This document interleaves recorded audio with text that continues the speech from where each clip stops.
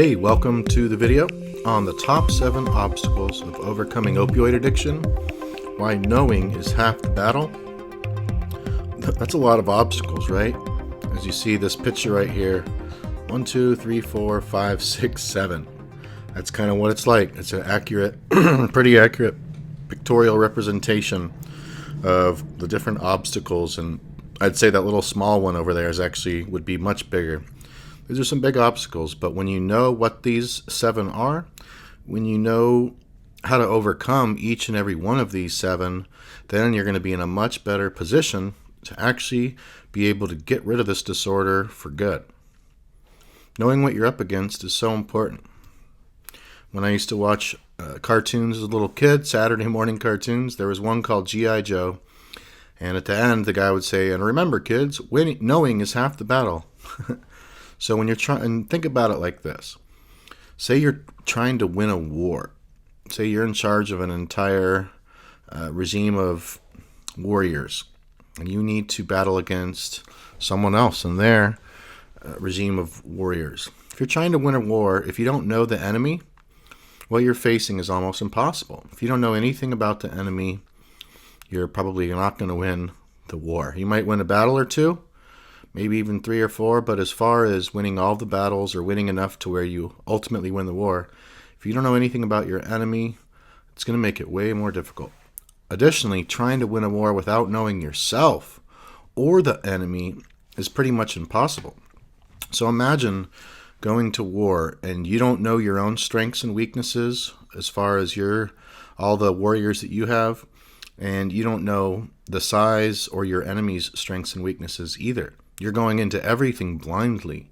It's kind of just like rolling a 20-sided dice, and only one of the numbers, only a roll of a 20 is going to help you win. That's like a 1 in 5 chance. That's like a 5 in 100 chance, I think. All right. But luckily, you're going to learn how to know yourself and upgrade yourself, including your strengths, mindset, and resources, in the upcoming module on mental models and resources. But for now, we're just going to cover in depth the enemy called opioid addiction, which you're going to be facing head on. Top 7 obstacles. There's my bird Papaya squeaking in the background again. Let me go grab her so she'll shut up. All right, on we go. Let's start off with number 1, the addicted brain. And it's not just one part of the brain, it's several different important areas of the brain that are messed up. We've got the hijacked midbrain, the disabled prefrontal cortex, and the broken dopamine pleasure system. And we'll start off with the hijacked midbrain. So in the 1960s, there was researchers performing something that were later on referred to as the Olds experiment. OLD', the Olds experiment. Now, these researchers believed that addiction was in the prefrontal cortex of the human brain, and probably thus the rats as well, because rats are very similar to humans. That's why they do so many studies on rats and mice, because oftentimes they translate exactly or closely over to human responses to studies as well. So what they were doing was they were poking these rats in the prefrontal cortex of their brain and shooting them up there with cocaine. The prefrontal cortex is the executive decision-making, most advanced part of our brain that has higher cognitions, reasoning, functioning, decision-making, difference between right and wrong, consciousness. It's the midbrain kept us alive long enough to be able to evolve the prefrontal cortex over the span of many generations. So the researchers, of course, thought that addiction resided in the prefrontal cortex. That's where people make decisions, where they decide between what's right and wrong and weighing possible outcomes and consequences. But what happened was they poked these mice all over the prefrontal cortex. They could not get them addicted to cocaine. And shooting up cocaine is a very addictive substance. That's why they often use cocaine in these studies, because you can get so addicted to it so fast. But again, they shot them up all over every area of the prefrontal cortex, could not get these mice addicted. they ended up going, okay, I guess we were wrong. Let's try some other areas of the brain. And those areas did not get the mice addicted either. Finally, they started to inject them in the midbrain, and they found these two separate regions in the midbrain. When they would shoot up the mice in those two areas, and the midbrain's the alligator brain. It's the part of it's our primitive brain that is an unconscious part of our brain. It's basically all about survival. It's about defending from predators, drinking water, eating food, shelter, all that kind of stuff. There's a hierarchy of survival before you can get to like things like love and relationships, growth and contribution. We need to survive, so we have this survival brain called the midbrain. When you shoot that up with cocaine in those two areas I was talking about, these mice would become so addicted to cocaine so quickly, and some of them got off so bad that they would not even drink any water or eat any food. They would just keep lever pressing to get more and more cocaine injected into them. It's just that's pathetic. They'd actually die from their addiction even though they had access to food and water. It's horrible, and it's supposed to make you keep you survive. So in a healthy brain, the midbrain's order of survival is this: water, food, defending from predators, and sex. Those are the most important things in order. When you've got a drug-addicted midbrain, now drugs in all capital letters with an exclamation mark, drugs, drugs are the most important thing, more important than food, water, shelter, defending from predators. So it literally rewires that part of your brain to where you link survival itself to continuing to use the substance. In this video, in the case of using opioids. So at the same time you get the hijacked midbrain, it makes it really hard. It's like driving a car without brakes. You very well may want to stop, but without brakes you can't. And that the other part of that is the disabled prefrontal cortex. So addiction does have some part in the prefrontal cortex, but what happens is this area becomes eroded or disabled.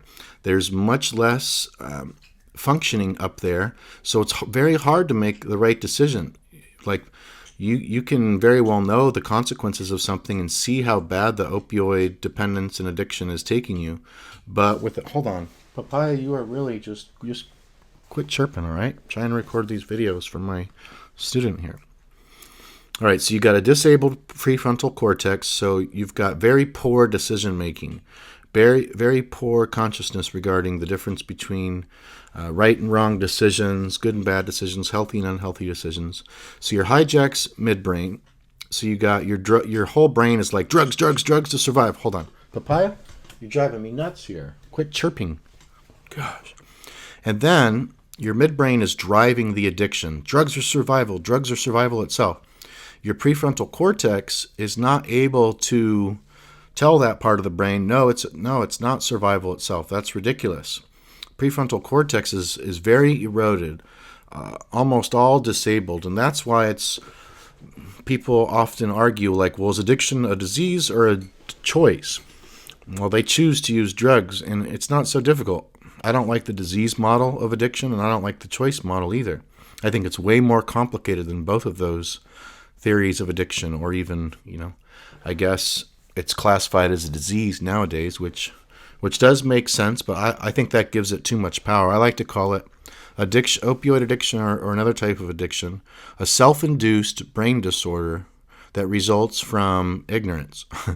It's like you repeatedly use the same substance, in this, of course, opioids, daily, over and over and over again, until these things start to happen. Doesn't happen to everyone, but a lot of people that get those ultimate resource benefits will use them long enough to where their midbrain becomes hijacked, prefrontal cortex becomes disabled, and their broken dopamine pleasure system is the final part of the main addicted brain puzzle. So we are wired to seek out things that increase dopamine. That's why, like, when eating foods and having sex, those all increase our dopamine a lot. We're wired for seeking dopamine. And we've got different senses in our system. We got the sense of touch, the sense of smell, the sense of hearing, and all these different senses of color, intuition sense. We also have a pleasure sense, a sense of pleasure, and we're wired to feel some sort of pleasure.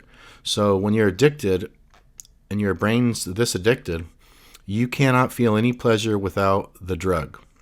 And when you get off, your dopamine pleasure system is so just messed up. It's so short-circuited. Your brain doesn't just start producing adequate amounts of dopamine after you get off opioids. It usually takes at least several weeks, if not a few months or several months, for some people a year or longer for this to fix.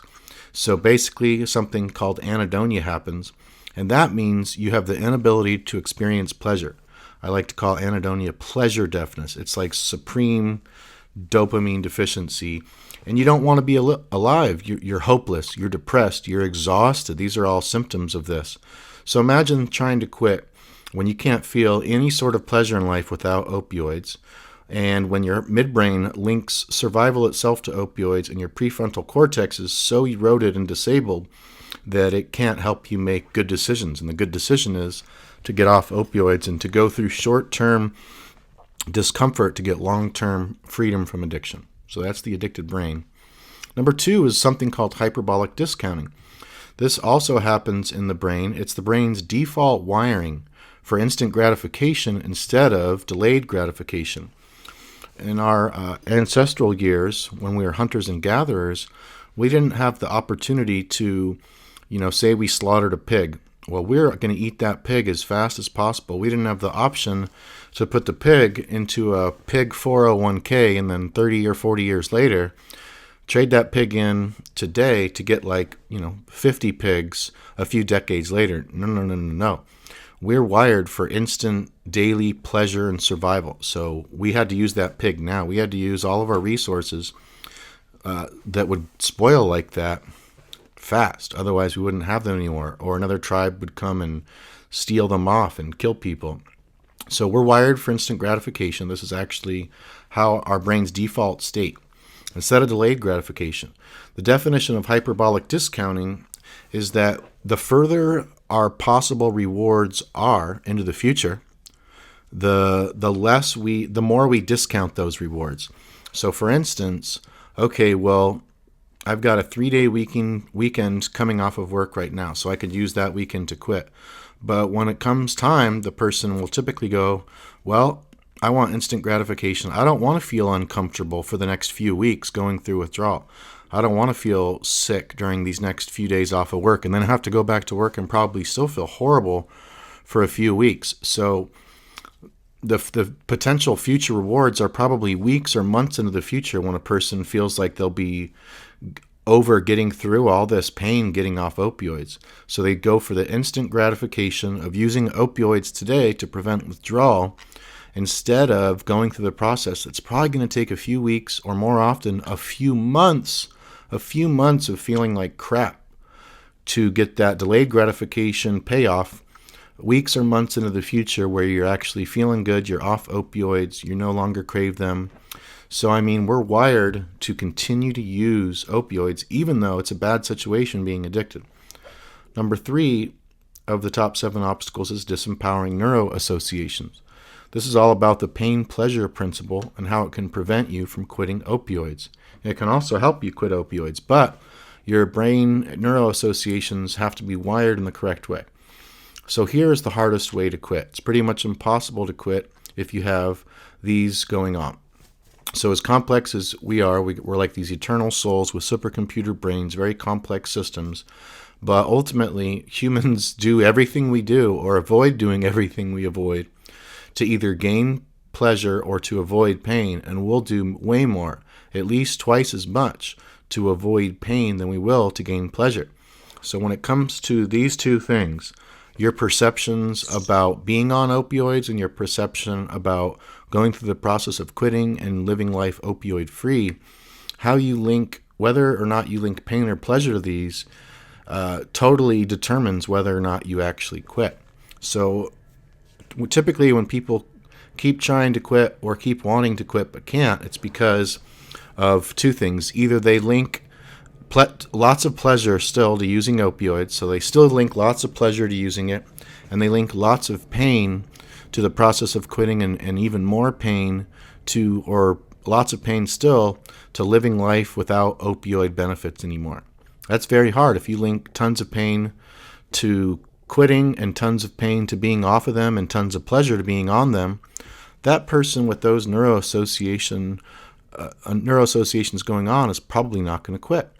So I tell my personal clients, and you as my student, the way to wire your neuroassociations is you want to link massive, massive, life-ending, ultimate pain to taking any opioids at all, to ever using those things again. You want to link pleasure to the process of quitting, not because you're probably going to be feeling your best, but because you view it now as an opportunity to grow stronger, a challenge to help you strengthen yourself and come out of this a better person, stronger person with a better character and integrity than you ever had before. So it's an opportunity for massive growth.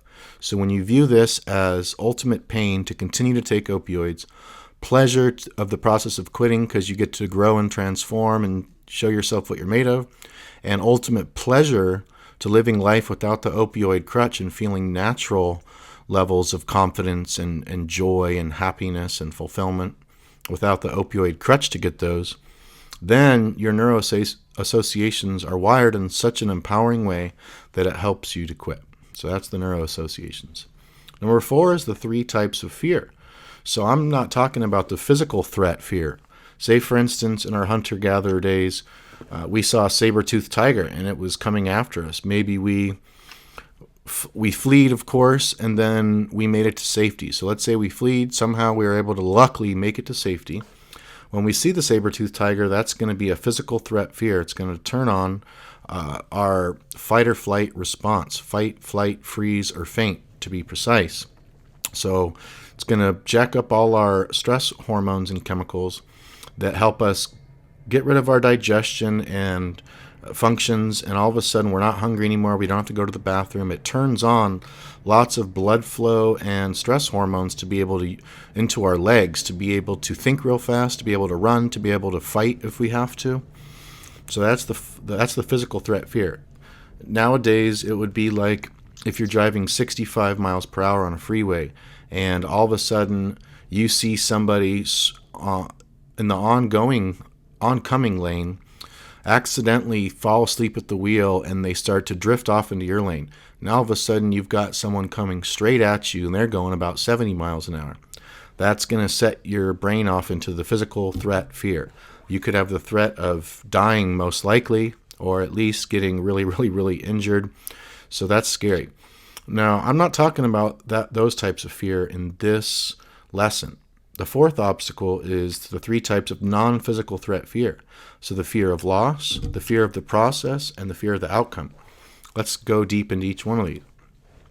Opioids typically give people lots of benefits at the beginning, and then once it has become an exhausted resource, they're probably still getting at least some benefits.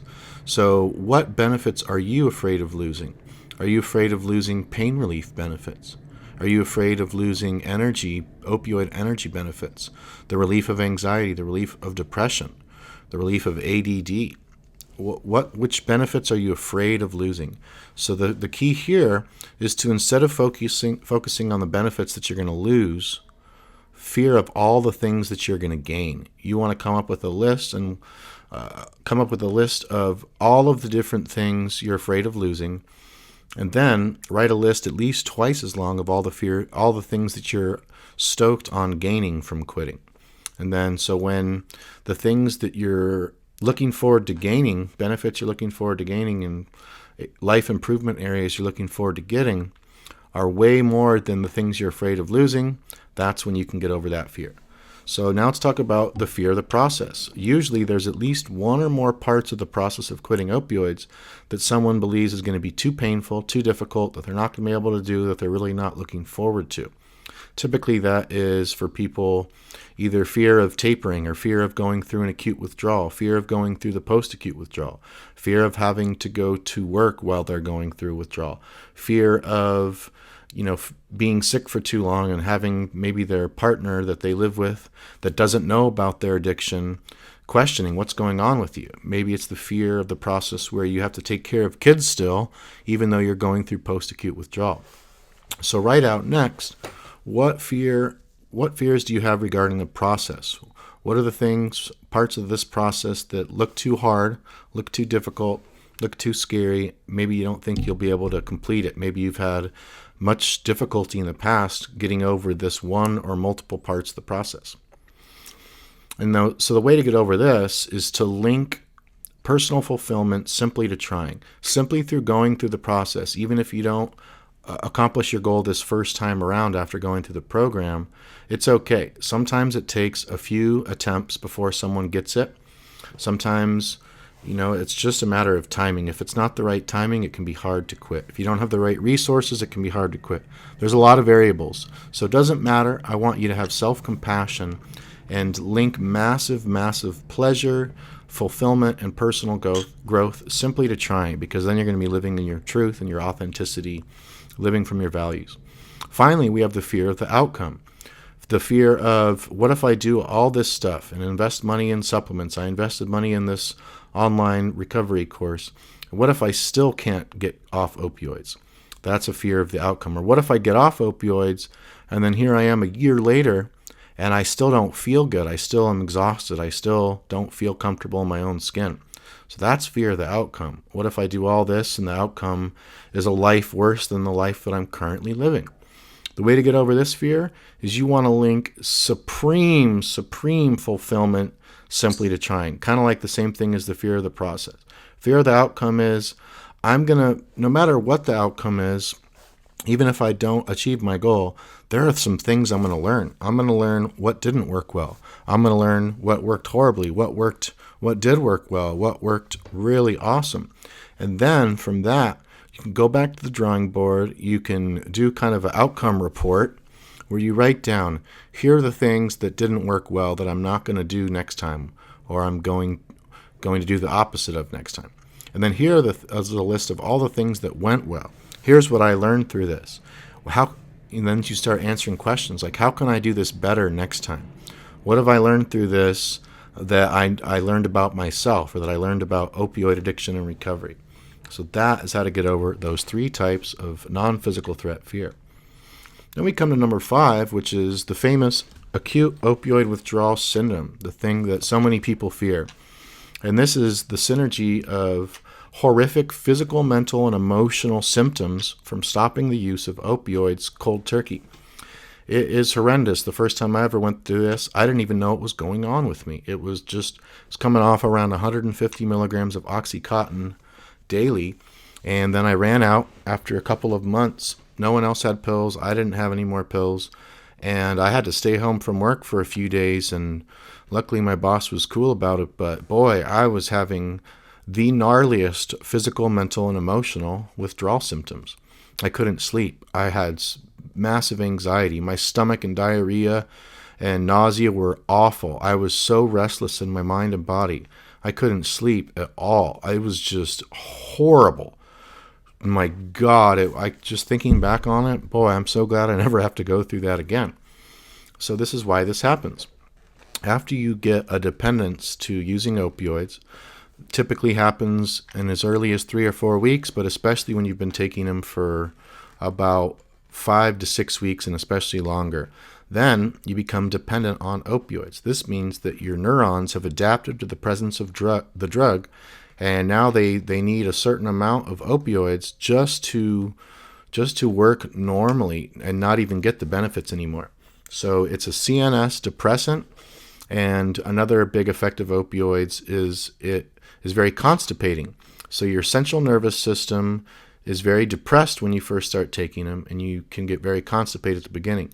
Once you get a dependence, then you need a certain amount, not to get CNS depression or constipation, but just to feel how you normally did even without them. That's what dependence is. And so when you stop cold turkey, when you have a physiological dependence, that means that pretty quickly the opioids come out of your system, leading to reduced blood concentrations of opioids, and it activates a rebound effect of the central nervous system. Now you get rebound CNS activity. So instead of it going back to normal from CNS depression, you get ultimate CNS excitation to the 10th degree. You're in a considerable fight or flight response to where your brain is in hyperdrive producing cortisol, adrenaline, and noradrenaline, not to mention neurotransmitter deficiencies, which we're going to talk about coming up here soon. So you also get a rebound effect of the constipation effects of opioids. So instead of it returning to baseline, it rebounds way in the opposite direction to having diarrhea and stomach problems, cramping, nausea, pain. It's just awful. So you get so many different symptoms due to this syndrome. Luckily, you're going to learn in this course how you can be comfortable, or at least, somewhat comfortable getting through this process. No matter how much you're on, if you've got the right withdrawal plan, if you've got the right resources, then you can actually get through this comfortably. And then we get to number 6, which is the post-acute withdrawal syndrome, also referred to as PAWS.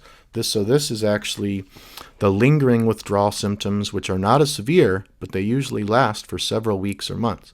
So this is a second withdrawal syndrome that comes after the acute withdrawal, where sometimes it's at least a few weeks, but more often people have some type of PAWS symptoms for months.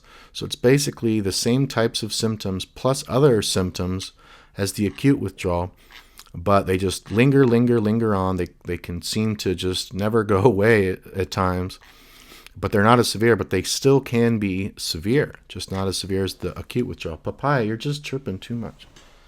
Put her down. I'm getting close to the end of this video. And so luckily, you're going to learn how to use different types of integrative therapies to reduce, minimize, and mitigate these post-acute symptoms, and even natural therapies you can use to shorten the time span that you're going underneath this disorder, that you're going through it. So then we come to 7, which is neurotransmitter deficiencies. These are the long-term biochemical or neurochemical imbalances, which almost always lead to cravings and relapse. This is things like low dopamine, low endorphins, low serotonin, low GABA. You can even have excess glutamate. So you can have neurotransmitter deficiencies and neurotransmitter excesses. You can have excess brain inflammation, and there's just so many different things that can go on with your brain. These neurotransmitter deficiencies lead to tons and tons of horrible physical, mental, and emotional symptoms, negative consequences from having non-optimal, very suboptimal neurotransmitter levels. Fortunately, with amino acid therapy, nutrition, exercise, and other types of natural therapies, you can rebuild your brain's neurochemical soup very quickly after you get off opioids, and thus start to feel energized, confident, happy, fulfilled, and just without the opioid crutch. One of the big parts of that is getting your neurotransmitter deficiencies totally taken care of. All right, so here is your journal exercise. First, write down any of these 7 obstacles that you were already aware of, and then write out the obstacles that you had either never heard of before or you didn't know much about. Next, write out what you believe are 3 of the most helpful things you learned in this lesson. How does knowing about this help to prepare you for quitting? And on a scale of 1 to 10, how grateful are you to finally know the details of the obstacles that lie ahead, and also with tips for breaking through these obstacles? Which obstacle or obstacles are you the most concerned about facing? Why? Why are you the most concerned about facing those? Write out why this time, since you'll be totally prepared and educated before attempting to quit. Why you're absolutely going to succeed.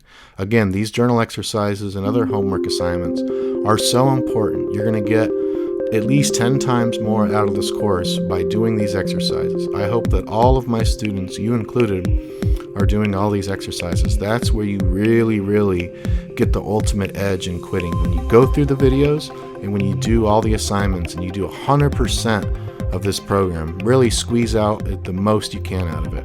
All right, great job again for finishing this lesson. Now keep going and continue with your momentum. I'll see you soon.